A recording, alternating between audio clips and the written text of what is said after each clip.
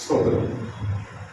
இந்த நாட்களிலே யோசுவாவின் புஸ்தகம் 2ஆம் அதிகாரத்தில் எழுதப்பட்டிருக்கிற அந்த சம்பவம் வேத புத்தகத்திலே முழு பைபிளுக்கும் அந்த சம்பவம் ஒரு பெரிய எடுத்துக்காட்டாய் இருக்கிறது என்பதை நாம் தெளிவாய் சொல்லலாம். ஏனென்றால் இந்த ராகாவின் அந்த சம்பவத்தை விசுவாச பட்டியலாகிய எபிரேயர் 11ஆம் அதிகாரத்தில் பவுல் எடுத்து காட்டுகிறார். அதே போல அப்போஸ்தலனாகிய யாக்கோபும் இந்த ராகாவின் பகுதியை, ராகாவின் சம்பவத்தை அங்கேயும் எடுத்து காட்டுகிறார். ஸ்தோத்திரம். இது வேதத்தின் ஒரு முக்கியமான ஒரு பகுதியாக இருக்கிறது. அது மாத்திரமல்ல, ராகாவின் இந்த சம்பவம் விசுவாசத்திற்கு அடையாளமாக இருக்கிறது. ஸ்தோத்திரம். இந்த நாட்களிலே கர்த்தர் இந்த ராகாவின் சம்பவத்திலிருந்து நமக்கு தேவையான ஆவிக்குரிய சத்தியங்கள், நமக்கு தேவையான தெய்வீக வார்த்தைகள் நிச்சயமாய் கடவுள் வச்சிருக்கிறார். அதை நாம் பெற்றுக்கொள்வோமாக. ஸ்தோத்திரம். இந்த ராகாவின் வீட்டுக்கு 2 வேவுக்காரர்கள் வந்தார்கள். அந்த வேவுக்காரர்களை ராகா தன் ஜீவனை கொடுத்து அந்த 2 பேரையும் காப்பாற்றுகிறார். அதுதான் இந்த சம்பவத்தின் ஒரு கரு பகுதியாக இருக்கிறது. ஸ்தோத்திரம். ராகா சபையாகிய நாம். அவள் வீட்டுக்கு வந்த 2 வேவுக்காரர்கள் கடவுள் இயேசு கிறிஸ்துவின் மூலமாய் நமக்கு கொடுக்கப்பட்டிருக்கிற கிருபையும் சத்தியமாகிய அந்த 2 நபர்களை கடைசி வரைக்கும் நாம் காத்துக்கொள்ள வேண்டும். கடைசி வரைக்கும் உன் வாழ்க்கையிலே நீ காத்துக்கொள்ள வேண்டும். ஸ்தோத்திரம். எத்தனை சூழ்நிலைகள் வந்தாலும், எத்தனை போராட்டங்கள் வந்தாலும் அதை மாத்திரம் விட்டுவிடாத.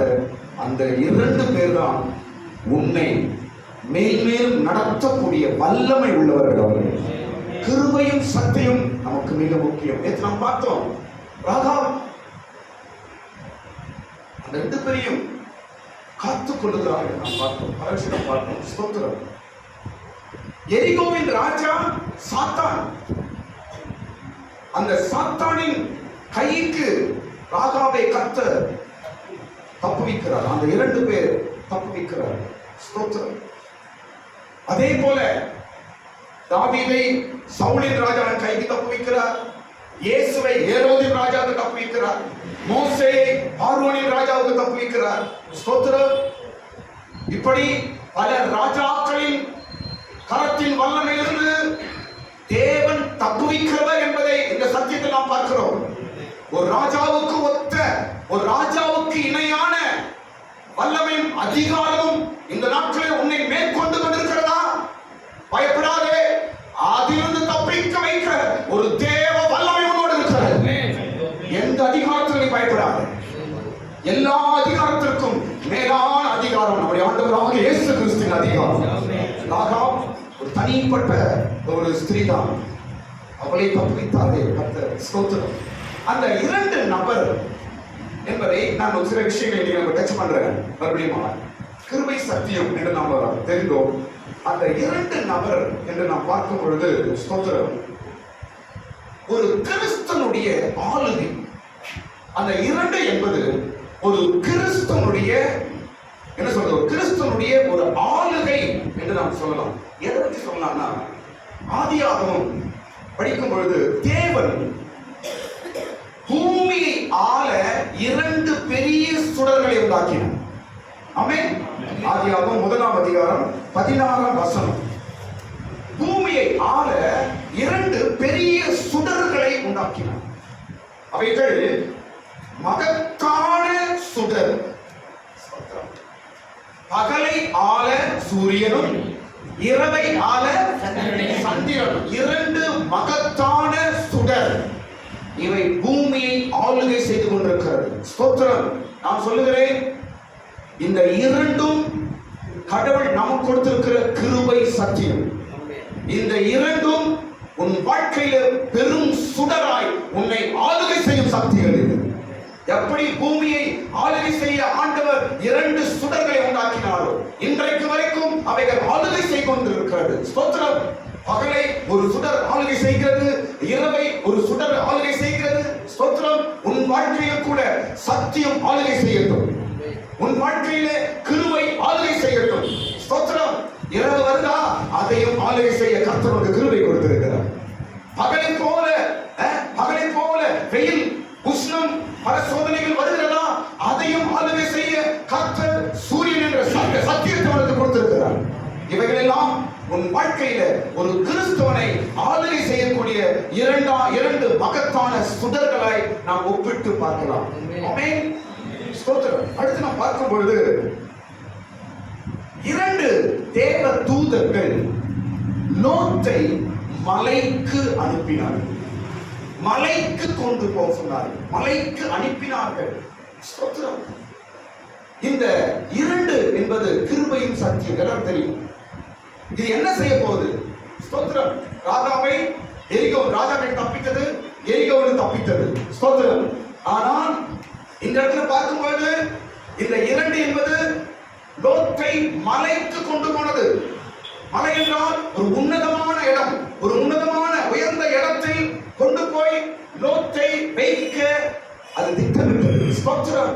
ஆனா லோத்து தான் அதை எழுந்து போயிட்டார், அது அடுத்த சப்ஜெக்ட். ஸ்தோத்திரம். ஆனால் அந்த 2 தேவதூதர்கள் லோத்தை மலைக்கு அனுப்பினார்.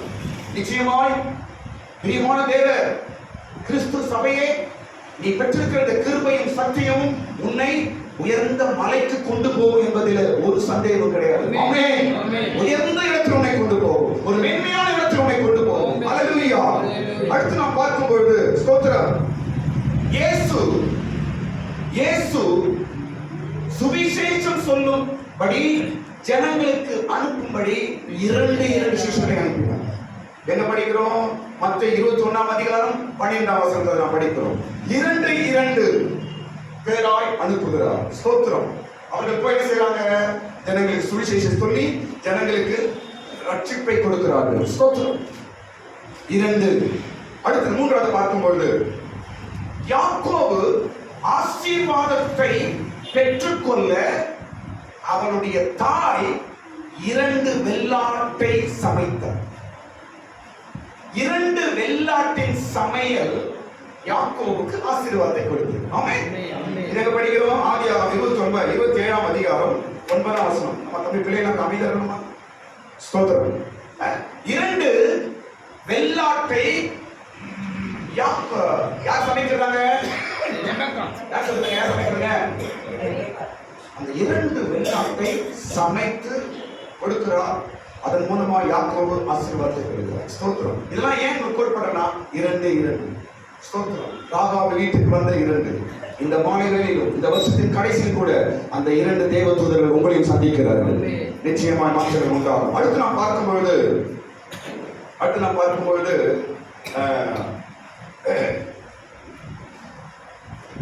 இந்த 2 என்பது ஒரு விஷயம் சொல்றேன், 2 சிறகுகளை போல நம்மை உயர பறக்க செய்யும். எப்படி ஒரு பறவைக்கு 2 சிறகு மிக முக்கியம், அதே போல ஒரு கிறிஸ்தவன் உயர்ந்த அனுபவத்தில் வருவதற்கு, அவன் மேலே உயர்வதற்கு இந்த 2 சத்தியம் அவனுக்கு 2 சிறகுகளை போல அவன் உயரத்திலே கொண்டு போகும். ஸ்தோத்திரம். அதனால் ராகாவின் வீட்டுக்கு வந்த அந்த 2 வேவுக்காரர்களை ராகாப் பத்திரமாய் காத்துக் கொண்டார். ஸ்தோத்திரம். சரி, இப்போ 2ஆம் அதிகாரத்தில் நாம் வரும்பொழுது, யோசுவா 2ஆம் அதிகாரத்தில் நாம் வரும்பொழுது 2ஆம் வசனம் என்ன பார்த்தோம்? 2ஆம் வசனத்துல 2 பேர் வந்திருக்கிறார்கள் என்று ராஜாவுக்கு சொல்லப்பட்டது. 2 பேர் இந்த ராத்திரி வந்திருக்கிறார்கள் என்று யாருக்கு சொல்லப்பட்டதுங்க? ராஜாவுக்கு சொல்லப்பட்டது. ஸ்தோத்திரம். நமக்கு மனிதர்கள் மூலமாய் சோதனையும் பிரச்சனையும் வரும் என்பதை இந்த வசனம் நமக்கு காட்டுகிறது. ஸ்தோத்திரம். 3ஆம் வசனத்தை என்ன பார்த்தோம்? அந்த 2 பேரை வெளியே கொண்டு வா. எதுக்கு ராகாவுக்கு பிரச்சனை வருதாங்க? எதுக்கு ராகா வீட்டுக்கு பிரச்சனை வருது? அந்த 2 பேர் உள்ள இருக்கிறதுனால பிரச்சனை. அந்த 2 பேரை வெளியே கொண்டு வா, அந்த 2 பேர் வெளியே கொண்டு வா என்று அந்த ராத்திரி எரிகோவின் ராஜாவின் ஜனங்கள் வந்து ராகாவை நெருக்கினார்கள். ஸ்தோத்திரம். 2 பேரை வெளியே கொண்டு வந்து, ஸ்தோத்திரம். 2 பேரை வெளியே விட்டுட்டா நான் ஒன்றும் பண்ண மாட்டேன். ஸ்தோத்திரம். அடுத்து நம்ம என்ன பார்க்கிறோம் என்றால், இன்றைக்கு ஒரு 2 விஷயம் நம்ம பார்ப்போம். ஸ்தோத்திரம். இப்போ 2 வருஷம் நான் பார்த்தோம் ராகாவுக்கு பிரச்சனை எப்படி வருது என்று.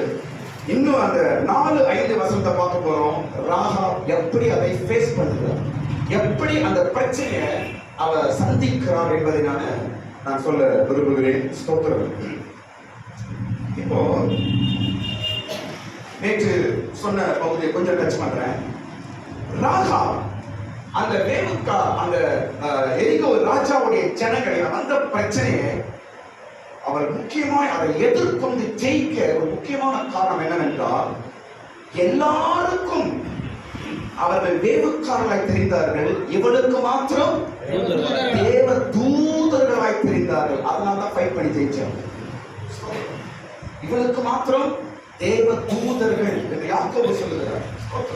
நம்ம சொன்ன அதாவது நாம் பெற்றிருக்கிற இந்த ரட்சிப்பின் அனுபவத்தின் விலையை நாம் அறியும் பொழுது, நாம் பெற்றிருக்கிற இந்த சத்தியத்தின் விலையை நாம் அறியும் பொழுது, நாம் பெற்றிருக்கிற இந்த தேவனுடைய இந்த மேலான ஐக்கியத்தின் இந்த சத்திய உபதேசத்தின் விலையை நாம் அறியும் பொழுது, நம்மால எல்லா விதமான சோதனை பிரச்சனைகளை ஜெயிக்க முடியும் என்ற ஒரு சத்தியத்தை இது காண்பிக்கிறது.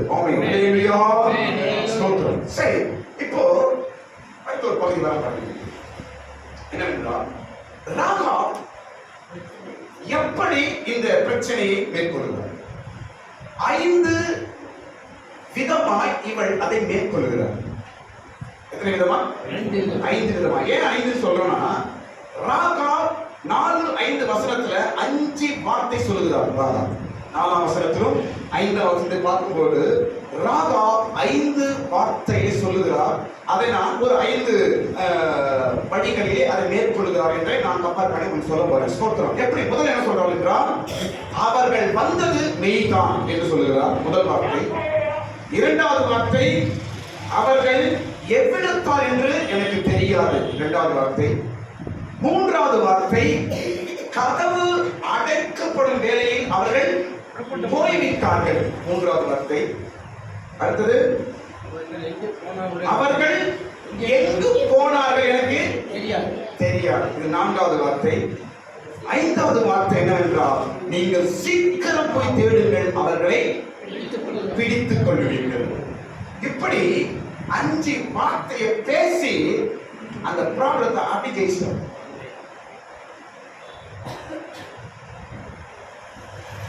நான் பாஸ்டர் அவன் பேசுறது போய் நீங்க என்ன பாஸ்டர் இப்படி சொல்றீங்க?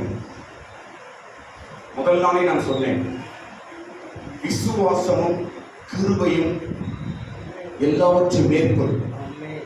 ராகா பேசுறது பொய்யா கடவுள் பார்க்கல, அவன் பேசுறது பொய்யா பார்க்கல. அதை கர்த்தர் அவன் கடவுள் மேல வச்சிருக்கிற பக்தியா விசுவாசமாய் பார்த்தாரு. அதனால் ராகா இன்றைய வரைக்கும் பைபிள் எழுதப்பட்டிருக்கிறது. ஸ்தோத்திரம். விசுவாசமும் கிருபையும் எல்லா பாவ கிரியைகளையும் மேற்கொள்ளும். ஸ்தோத்திரம். நான் சொல்ற கவனிங்க, ஆபிரகாம் போய் சொல்லியா? என்ன பாருங்க, ஆபிரகாம் போய் சொல்லியா? ஈசாக்கு போய் சொல்லியா? பேதுரு போய் சொல்லியா? ராகா தான் போய் சொன்னாரா? ஆபிரகாம் போய் சொல்லியா? மனைவி என்ன சொன்னாரு? சகோதரி சொன்னார். ஈசாக்கு என்ன சொன்னாரு? அப்ப பூஜை அப்படியே போய் வருது. ஈசா என்ன சொல்றாரு? மனைவியே சகோதரி சொல்றாரு. பேதுரு தான் போய் சொன்னாரு. அவர் யாரு? ஸ்தோத்திரம். அப்ப இவர்கள் எல்லாம் தப்பித்து பக்தியாய் மாறுவது ராகாவியா மாறுவது. ராகா பத்தி நான் கால் பண்ணணும். நம்ம ஸ்தோத்திரம்.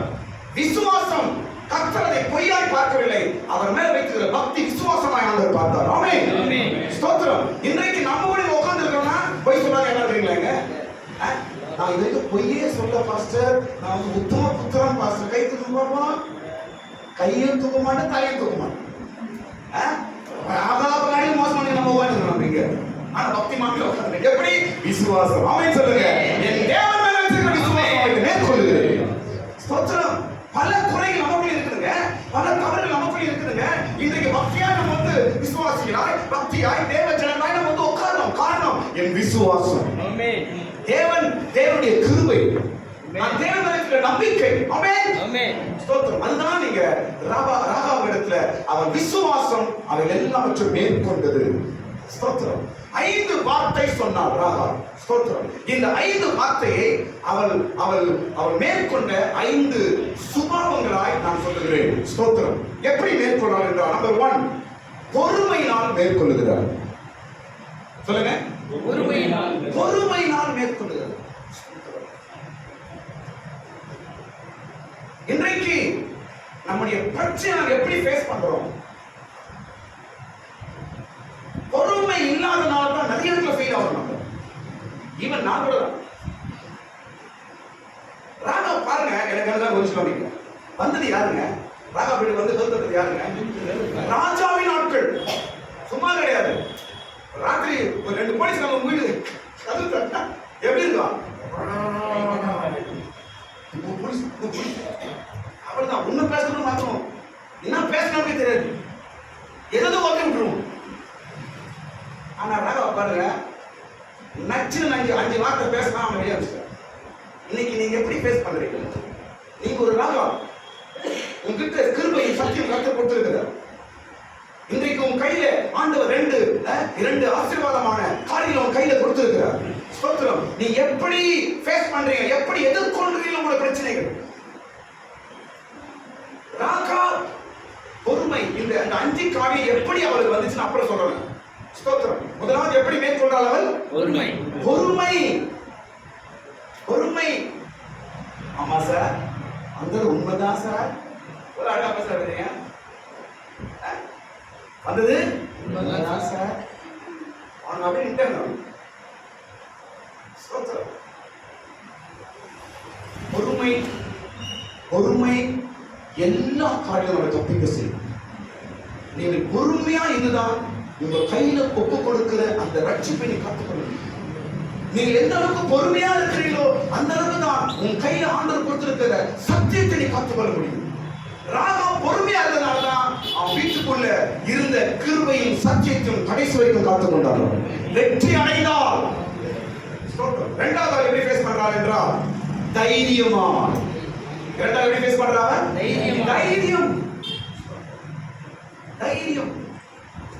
தைரியமா. பைபிள்ல ஆத்துல வந்து அது தட்டுறாங்க, இருக்கிறாங்கல்ல, ராஜாவின் மனுஷன் வராங்க, வெளியே விடு, வேவு பார்க்க வந்திருக்கிறாங்க அவங்க என்று சொல்றாங்க, மிரட்டுறாங்க. ஆனா எப்படி நிற்கிறாங்க? சபையே, இந்த நாட்களில் நீ தைரியமா இருந்துதான் ஆக வேண்டும். சத்தியத்தை விட்டுறாத, ஆண்டவர் கொடுத்திருக்கிற கிருபையை விட்டுறாத, ஆண்டவர் கொடுத்திருக்கிற இந்த சத்தியம் கிருபையை விட்டுறாத, உன் வீடு தேடி வந்திருக்கிற இந்த உன்னதமான அனுபவத்தை விட்டுறாத, தைரியமாய் இதை நீ காத்துக்கொள்ள வேண்டும். ராகா பயந்து இருந்தானா எல்லாமே போயிட்டு குடும்பமே ரட்சிக்கப்பட்டிருக்காரு. ஸ்தோத்திரம். பெரிய ஒரு ஸ்பெஷலான விஷயம் தெரியுமா? ராகாவுக்கு ஒரு ஸ்பெஷலான விஷயம் தெரியுமா? ராகா தன்னை மாத்திரம் யோசிக்கிற, தன் முழு குடும்பத்தையும் யோசித்தார். முழு குடும்பத்தையும் அந்த எரிகோ அழிவிலிருந்து தப்பிக்க வைத்தார். ஸ்தோத்திரம். இன்னைக்கு உன்னை நம்பி உன் குடும்பம் இருக்குது. இன்னைக்கு உன்னை நம்பி உன் பிள்ளைகள் இருக்கிறார்கள். இன்னைக்கு உன்னை நம்பி உன் கணவன் இருக்கிறார். இன்னைக்கு உன்னை நம்பி உன் மனைவி இருக்கிறார்கள். உன் குடும்பத்திற்கு என்ன செய்கிற? உன் குடும்பத்தை நீ காத்துக்கொள்ள வேண்டும் என்றால் உன் வீட்டுக்கு வந்திருக்கிற ரட்சிப்பையும் கிருபையும் சத்தியத்தையும் நீ காத்துக்கொள்ள வேண்டும். அல்லேலூயா. 3வது எப்படி ஃபேஸ் பண்றா என்றால், 3வது ஞானமாய் ஃபேஸ் பண்றா. 3வது என்ன சொல்லுங்க? ஞானம். ஸ்தோத்திரம்.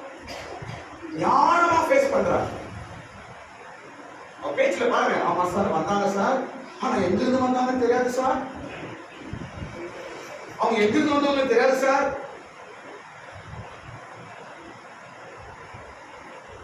அது டோர் லாக் பண்ண நேரத்தில் அவங்க போயிட்டாங்க சார், எங்க போனாங்க தெரியாது சார்.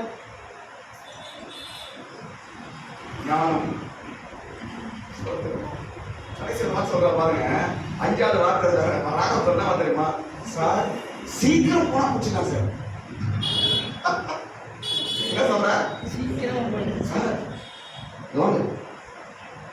சீக்கிரம் போய் இல்லம்மா போறமா ஒரே ஓட்ட மாட்டா என்னது ஞானம். எப்படி டைவர்ட் பண்றா, எப்படி பேசுற பாருங்க. எல்லாத்துக்கும் காரணம் என்ன? என் வீட்டுக்கு வந்த தேவ தூதர்களை நான் விட மாட்டேன். நான் பெற்ற ரட்சிப்பை விட மாட்டேன். எனக்கு கிடைத்த இந்த சத்தியத்தை நான் விட மாட்டேன். எனக்கு கிடைத்த இந்த கிருபையை நான் விட மாட்டேன். ஸ்தோத்திரம். வந்தவங்களுக்கு அந்த ஊருக்காரங்க எல்லாருக்கும் என்ன தெரியும்? இவர்கள் தேவக்காரர்கள் என்று தான் தெரியும். தேவக்காரர்களை பார்த்தார். ஆனா ராகா தேவ தூதர்களா, என் வீட்டுக்கு வந்த விடுதலை இது, என் வீட்டுக்கு வந்த பொக்கிஷம் இது, என் குடும்பத்துக்கு வந்த ரட்சிப்பு இது, என் குடும்பத்துக்கு வந்த விமோச்சனம் இது, என் குடும்பத்துக்கு வந்த பரிகாரம் இது, இதை நான் விட மாட்டேன் என்று அவர் பார்த்தார். அதனால் ஞானமாய் வேலை செய்தார். ஸ்தோத்திரம். நான்காவது எப்படி ஃபேஸ் பண்றாங்க என்றால் சமாதானமாய். எப்படி ஃபேஸ் பண்றாங்க? சமாதானம். ஒரு ப்ராப்ளத்தை நம்ம ஹேண்டில் பண்ணணும்னா இதை கவனிங்க. சமாதானம் இல்லை என்றால் அந்த ப்ராப்ளத்தை நம்ம ரைட்டா ஹேண்டில் பண்ண முடியாது. எங்கேயாவது கொலாப்ஸ் ஆகும். ராகாவுக்கு வந்த சாதாரண பிரச்சனை இல்லைங்க, கவர்மெண்ட் பிரச்சனை. என்ன பிரச்சனை இது? கவர்மெண்ட் ஆள் வீட்டுக்கு வந்துதான் போலீஸ் வந்தது. கமிஷன் வச்சுக்கிறாருமா, கலெக்டர் வச்சுக்கிறாரு சொன்னா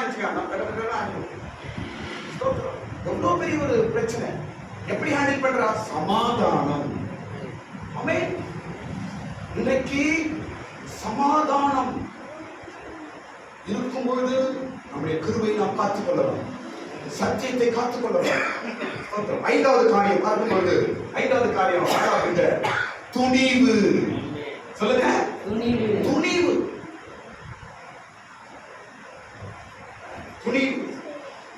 துணிவு என்று சொல்றா, துரிதம் என்று சொல்றோம். துணிவோடு சேர்ந்து அது எப்படி? அது துரிதம். துரிதம் என்ன? சீக்கிரம். சீக்கிரம்.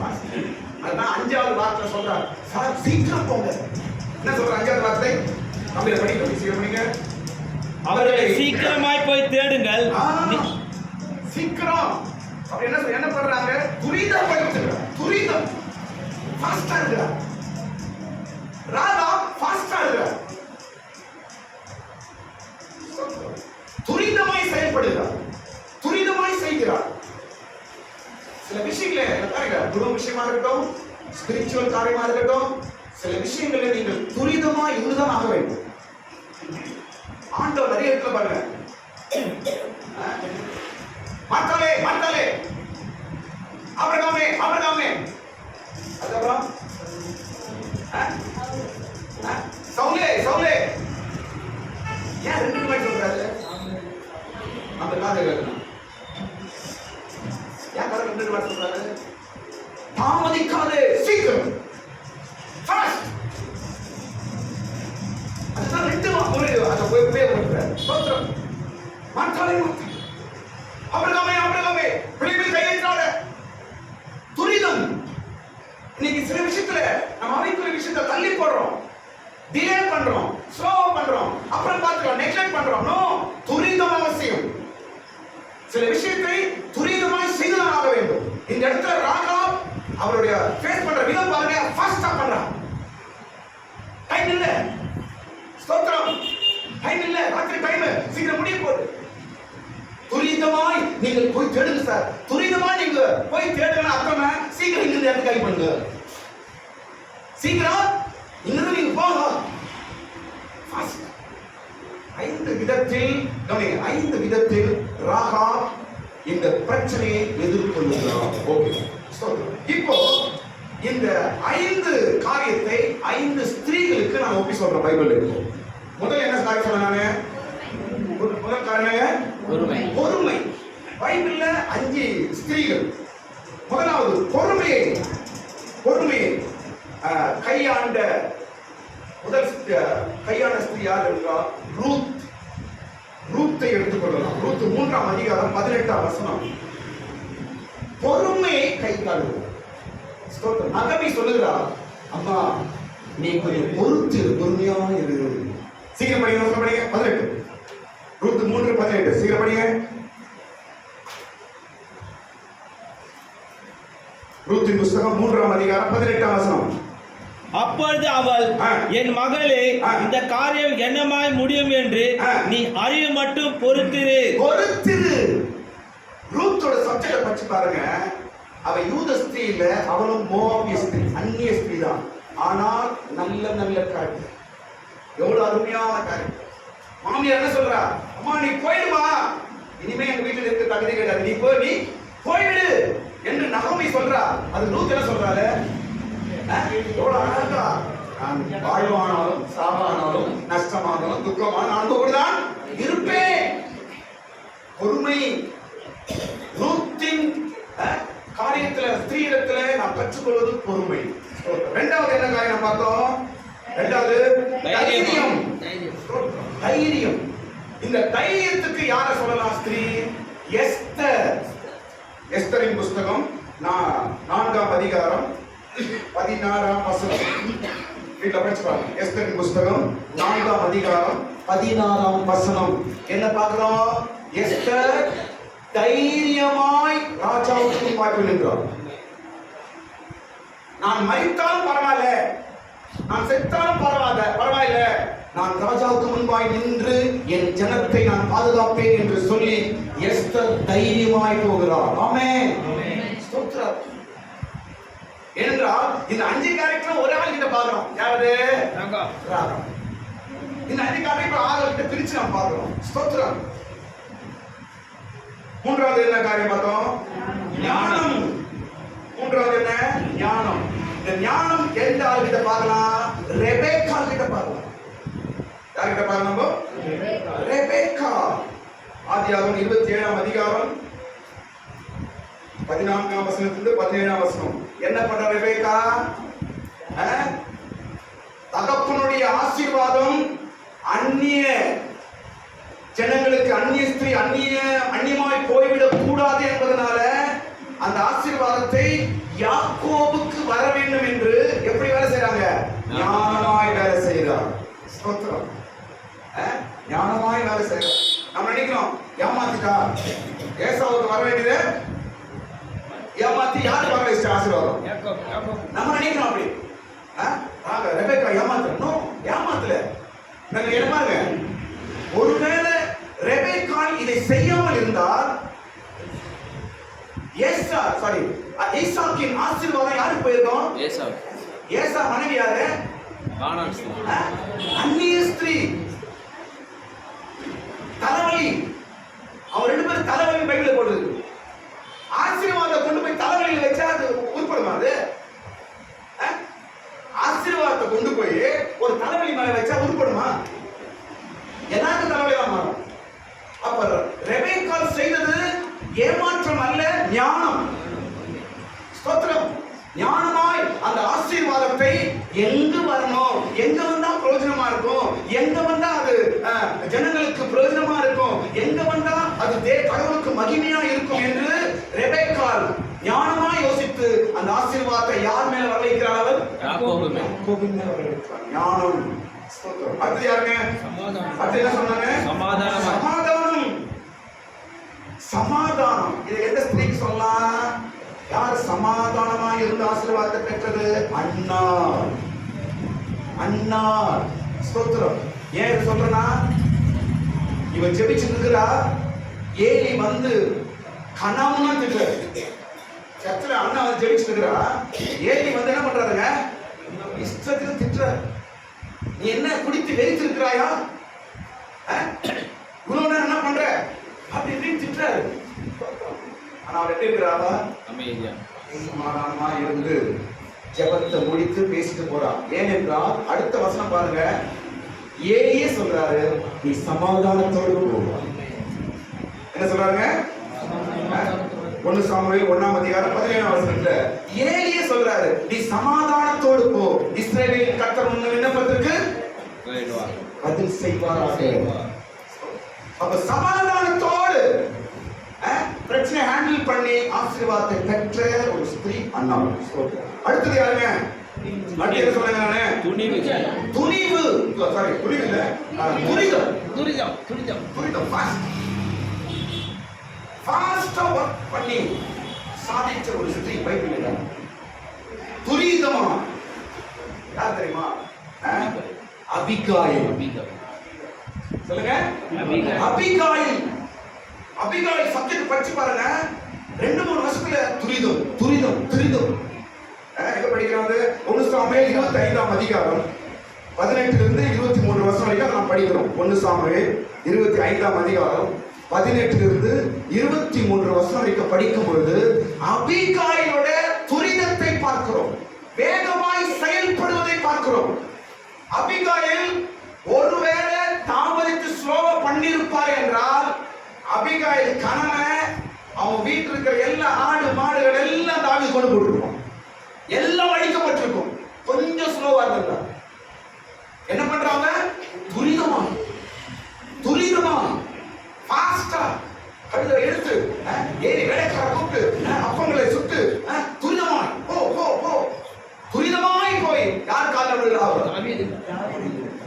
விழுந்து தன் குடும்பத்தையும் தன் வீட்டில் காரியங்களும் கணவனையும் பாதுகாப்பார், காப்பாற்றினார்.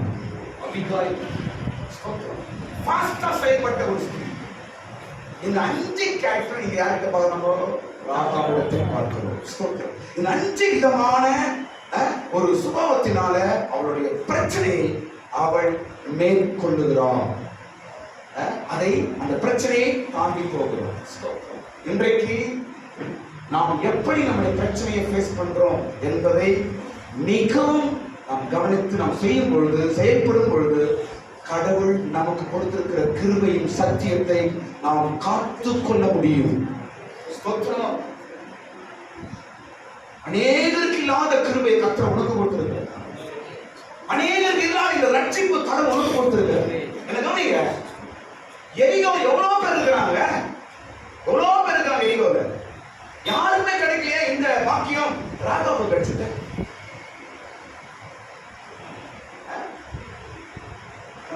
சொல்றோம் பாருங்க, இவங்க வர்றது தெரியும். யாரு? இஸ்ரவேல் சேனைகளோடு வராங்க, எரிகோவை அடிக்க வராங்க என்று ராகாவுக்கு தெரிஞ்சிருந்தது போல அந்த பட்டணத்துல எல்லாருக்கும் தெரிஞ்சிருக்கணும். தெரிஞ்சிருக்கா? எல்லாருக்கும் தெரிஞ்சிருக்கோம். எல்லாருக்கும் தெரிஞ்சிருக்கும். ராகாவுக்கு தெரிஞ்சிருக்கும், எல்லாருக்கும் தெரிஞ்சிருக்கும். ஆனா ராகா குடும்பத்தை தவிர ஒருத்தவங்க தப்பிக்க. ஏன்? ஒரு ஆளும் தப்பிக்கல. ஐயோ வராங்க தெரிஞ்சு எதிர்த்து ஓட்டிக்கலாமே, ஐயோ வராங்க தெரிஞ்சு புளிய முட்டி இழுத்துட்டு தப்பிச்சு ஓடிக்கலாமே. ஏன் ஒருத்தர் கூட தப்பிக்க விட கர்த்தர்? ஏன் தெரியுமா? அவசரம் இருக்குது. கர்த்தர் எரிகோவை அடைத்து வைத்தார், ஒருவனும் உள்ளே போகவில்லை, ஒருவன் வெளியே வரவில்லை. 6ஆம் அதிகாரத்தில் முதல் வசனத்தை படிச்சு பாருங்க. கர்த்தர் எரிகோவை அடைத்து ஒப்பு கொடுத்தார். ஒருவனும் தப்பிக்கவில்லை. ஒரு ஆள் வெளியே போகல, ஒரு ஆள் உள்ள போகல, உள்ள லாக் பண்ணிட்டார் ஆண்டவர். ஸ்தோத்திரம். அப்படி ஒப்பு கொடுத்தார். ஸ்தோத்திரம். கர்த்தர் நம்மையும் கூட அநேகரை அழிவுக்கு போனாலும் கர்த்தர் நம்மை தப்புவிக்க வல்லவராய் இருக்கிறார். ஸ்தோத்திரம். சரி, இப்ப அடுத்த ஒரு பாயிண்ட் நான் வரப்போறேன். அடுத்த ஒரு பாயிண்ட் நான் சொல்லி நீங்க முடிப்போம். என்ன அந்த பாயிண்ட்? என்ன விஷயம் என்றால், சரி சரி, இந்த ஞானம், இந்த கிருபை, சரி, இந்த ஞானம், இந்த தைரியம், அப்புறம் என்ன, சமாதானம், அதுக்கப்புறம் துணிவு, இவையெல்லாம் பொறுமை, இதெல்லாம் ராகாவுக்கு எப்படி வந்துச்சு? சாதாரண நாலேஜ். அவரு ஒரு வேசி தொழில் பண்றவர், அப்படி இருக்கிறவா எரிகோவில் இருக்கிறார். எப்படி இந்த 5 கேரக்டர் இருக்கிறவங்க எப்படி இப்படி இப்படி ஒரு சாமானியமான ஆளா எப்படி மாறினாங்க? எப்படி இப்படி மாறிட்டாங்க? எரிகோ ஆச்சரியப்பட்டிருக்கோம். அதுவும் தப்பிச்சு. ஆச்சரியமா இருக்குது. எல்லாரும் ஆச்சரியப்படுறாங்க. எல்லாரும் ஆச்சரியப்படுறோமா? இத்தனை ஒரு ஞானம், அறிவு, இந்த அளவுக்கு சாமர்த்தியம், துணிவு, பொறுமை, இதெல்லாம் எப்படி ராகாக்குள்ள வந்து அந்த எப்படி என்றால் 2 விஷயம். ஒன்று, அவன் வீட்டில் இருந்த சத்தியம், கிருபையும் அவனை இப்படி மாற்றினது. அவங்க வீட்டுல எத்தனை பேர் இருக்காங்க? யார் அந்த 2 பேரு? கிருபை சத்தியம். சத்தியமும் கிருபையும் அவங்க வீட்டுல இருக்கிறதுனால ராகாவுக்கு இந்த ஒரு சாமர்த்தியம் வந்தது. ராகாவுக்கு இந்த ஒரு பக்குவம் வந்தது. ஸ்தோத்திரம். ஒரு காலத்தில் நாம் பேரையா ஒண்ணு தெரியாத ஞானம் இல்லாமல் இருந்திருக்கலாம். ஆனால் இன்றைக்கு கர்த்தர் அவங்களை எல்லாம் ஞானமானவர்களாய் மாற்றிருக்கிறார். காரணம் என்ன? கையில பைபிள். ஆமே. கையில பைபிள் சத்தியம். என் வீட்டுல சத்தியம் இருக்குது. என் மேல இயேசுவின் கிருபை இருக்குது. ஸ்தோத்திரம். ராகாவின் வீட்டிலே கிருபையும் சத்தியமும் இருந்தபடியால் ராகாப் இப்படி 5 விதமான ஒரு நல்ல சுபாவம் உள்ளவளாய் மாறினாள். ஒன்று. இரண்டாவது, எப்படி ராகாப் இப்படி மாறினாள்? எப்படி பொறுமையும் சமாதானமும் இப்படி உள்ள ஒரு ஸ்திரீயாக எப்படி மாறினாள் ராகாப்? ஒன்று, சத்தியம் வீட்டில் இருந்தால அவள் மாறினாள். ஒன்று. இரண்டாவது கவனிங்க. இரண்டாவது என்ன தெரியுமா? இரண்டாவது விஷயம், இந்த வேவுக்காரர்கள் வீட்டுக்கு வருவதற்கு முன்பாகவே இஸ்ரவேலின் எல்லா காரியங்களும் குறித்து இவர் கேள்விப்பட்டார். அதனால் இவர் சாமர்த்தியமாய் மாறினார். ஆமென். எந்த வசனத்துல படிக்கிறோம்? இத 10ஆம் வசனத்துல படிக்கிறோம். அது அப்புறமா நம்ம அதை பத்தி நம்ம தியானிப்போம். நான் உங்களுக்கு அப்புறம் சொல்றேன். 10ஆம் வசனத்துல சொல்றா அவங்க என்னென்ன பண்ணாங்க, எப்படி வந்தாங்க, எந்தெந்த ராஜாக்களை ஜெயித்தாங்க, எல்லாம் சொல்றாங்க. இவங்க வந்த 2 ஸ்பையும்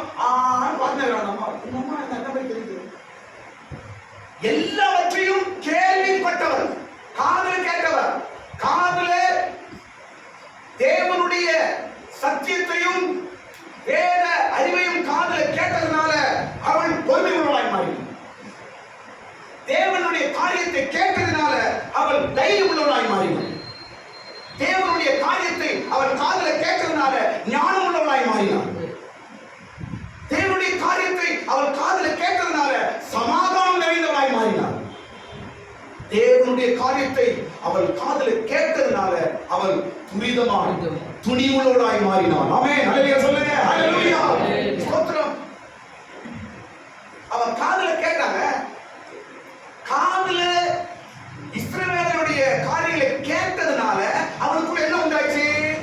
விசுவாசம். அந்த விசுவாசம் இவளை துரிதம் உள்ளவளாய் மாற்றுகிறது, பொறுமை உள்ளவளாய் மாற்றுகிறது, சமாதானம் உள்ளவளாய் மாற்றுகிறது, தைரியம் உள்ளவளாய் மாற்றுகிறது. ஆமென். பவுல் என்ன எழுதுறாருங்க? ஸ்தோத்திரம். பவுல் என்ன சொல்றாரு? ரோமர் 10ஆம் அதிகாரம் 14 ரோமர் 10ஆம் அதிகாரம் 14-17 படிக்கும் பொழுது விசுவாசம் எப்படி நமக்குள்ள உண்டாகுதா? கேள்வினால் விசுவாசம் உண்டாகிறது. இந்த மறந்துடாத, இது ராகாவுக்கு ஒப்பிட்டு சொல்லப்படுற வார்த்தை. ராகாப் என்ன சொல்றா? ஐயா, உங்களை பத்தி நான் கேள்விப்பட்டேன். நீங்க செங்கடலை கடந்து வந்ததை கேள்விப்பட்டேன். நீங்கள் ஓது ராஜாவை கொண்டதை நான் கேள்விப்பட்டேன். நீங்கள் சீகோன் ராஜாவை ஜெயித்ததை நான் கேள்விப்பட்டேன். கேள்விப்பட்டு பயங்கரமான விசுவாசம் மாட்டாங்க. விசுவாசம் எப்படி ராகாப்புல உண்டாயிற்று? கேள்விப்பட்டதுனா. இன்றைக்கு இந்த இடத்துல உட்கார்ந்து இருக்கிறீங்க. இப்ப என்ன பண்றீங்க? இப்போ கேட்டுக் கொண்டிருக்கிறீர்கள். எதை? வேதத்தை, சத்தியத்தை, தேவனுடைய மகத்துவத்தை. இஸ்ரவேலின் தேவன் என்ன செய்கிறார், என்ன செய்தார், என்ன செய்ய போகிறார் என்பதை நாம் இன்றைக்கு கேள்விப்பட்டுக் கொண்டிருக்கிறோம். இந்த கேள்வி நமக்குள்ளே பலமான விசுவாசத்தை உண்டாக்குகிறது. இயேசுவின் நாமத்தினாலே பலமான விசுவாசத்தை நீ மாறுவாய். ராகாவை போல ஒரு ஞானமுள்ள ஸ்திரீயாய் நீ மாறுவாய். ராகாவை போல ஒரு சமாதானம் உள்ள ஒரு தேவ பிள்ளையாய் நீ மாறுவாய். ராகாவை போல ஒரு தைரியம் உள்ள தேவ பிள்ளையாய் நீ மாறுவாய். எப்படி? நாங்க சத்தியத்தை கேட்கிறோங்க. ஒவ்வொரு நாளும் வேத வார்த்தையை கேட்கிறோம். இந்த வேதம் எங்க காதுக்குள்ள போகுது. இந்த சத்தியம் எங்க காதுக்குள்ள போகுது. இந்த உபதேசம் எங்க காதுக்குள்ள போகுது. அவர் மகத்துவம் உள்ள தேவன். ராகாப் வெளியே கூட வரல, எரியோக்குள்ளே இருந்து கேட்டிருக்கான் பாருங்க. ஸ்தோத்திரம். இன்றைக்கு நீ எந்த அளவுக்கு வேத சத்திய வசனங்களை பிரசங்கங்களை உங்க காதில் நீங்க கேட்கிறீங்களோ அந்த அளவுக்கு நீங்க சாமர்த்தியம் நீங்க மாறுவீங்க. ஆமென். நான் சொல்ல கவனிங்க. ஸ்தோத்திரம். உலகத்துல பூமியில ஒரு இந்தியா வச்சுக்கலாம். பூமியில ஜனங்களுக்கு, உலகத்துல ஜனங்களுக்கு நாகரிகத்தை கொண்டு வந்தது வேதம். அப்படிதானங்க? மிஷனரி வரும்போது ஜனங்க எப்படி இருந்தாங்க? ஆரம்பத்துல வேதம் மனிதனுக்கு நாகரிகத்தை கொடுத்தது. வேதம் மனிதனுக்கு மனிதத்துவத்தை கொடுத்தது. வேதம் மனிதனுக்கு மனுஷன் நேசிக்கின்ற அன்பை கற்றுக் கொடுத்தது. ஸ்தோத்திரம். இன்றைக்கு நாகரிகமும் மனிதத்துவமும் ஒரு அன்பும் இவையெல்லாம் எப்படி வந்தது? வேத வசனத்தின் மூலமாக தான் மனிதனுக்கு கிடைத்தது. ஆமென். ஸ்தோத்திரம். இவைகள் மகத்துவமான காரியங்களை செய்தது, இன்னும் செய்யும். ஹல்லேலூயா. ஸ்தோத்திரம். கிருபையும் சத்தியமும் ராகாவின் வீட்டில் இருந்ததனால அவள் 5 விதமான நல்ல சுபாவங்களோடு அவள் மாறினான். தேவனை குறித்து அதிகமாக அவள் கேள்விப்பட்டதனால 5 சுபாவம் உள்ள ஒரு சமார்த்தங்களோடு மாறினார். ஸ்தோத்திரம். அப்படியே மாற்றுது. ஸ்தோத்திரம். வேதத்துல இன்னொரு வார்த்தை இது, நான் முடிச்சிடுறேன். சத்தியம் நம்மை போர் சேவகராய் மாற்றும். ஆமென். எபேசியர்ல படிக்கிறோம், சத்தியம் நமக்கு இடைக்கட்சியா இருக்கிறது. ஸ்தோத்திரம். அவர் எப்படி இருக்கிறாங்க? ஒரு போர் சேவகராய் மாறுகிறார். வேத வசனம் சத்தியம் உன்னை தைரியம் உள்ள ஒரு போர் சேவகராய் மாற்றும். வேத சத்தியம் உன்னை எல்லா விதமான போராட்டங்களையும் ஜெயிக்க செய்யும். ஹல்லேலூயா.